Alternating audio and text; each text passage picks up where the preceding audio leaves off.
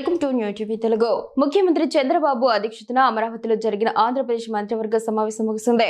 సుమారు 3 గంటల పాటు సాగిన ఈ భేటీలో పలు కీలక అంశాలపై చర్చించి ముఖ్యమైన నిర్ణయాలు తీసుకున్నారు. చేనేత కార్మికులకు అండగా నిలిచే నేతన్న భరోసా పథకానికి పచ్చజెండా ఊపిన కేబినెట్ రెండో దశ ప్రభుత్వ ఉద్యోగుల భర్తీ అంశాన్ని మాత్రం మరింత అధ్యయనం కోసం మంత్రివర్గ ఉపసంఘానికి అప్పగించింది.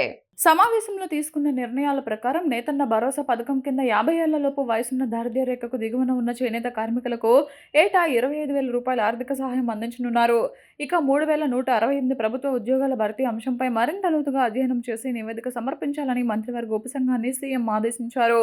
ఉపసంఘం నివేదిక అందిన తర్వాత తదుపరి కేబినెట్ సమావేశంలో దీనిపై తుది నిర్ణయం తీసుకోనున్నారు. భోగాపురం విమానాశ్రయం పనుల పురోగతిపై కేబినెట్లో సుదీర్ఘంగా చర్చించారు. దీంతో పాటు పలు ప్రాజెక్టులకు పరిపాలనా అనుమతులు మంజూరు చేశారు.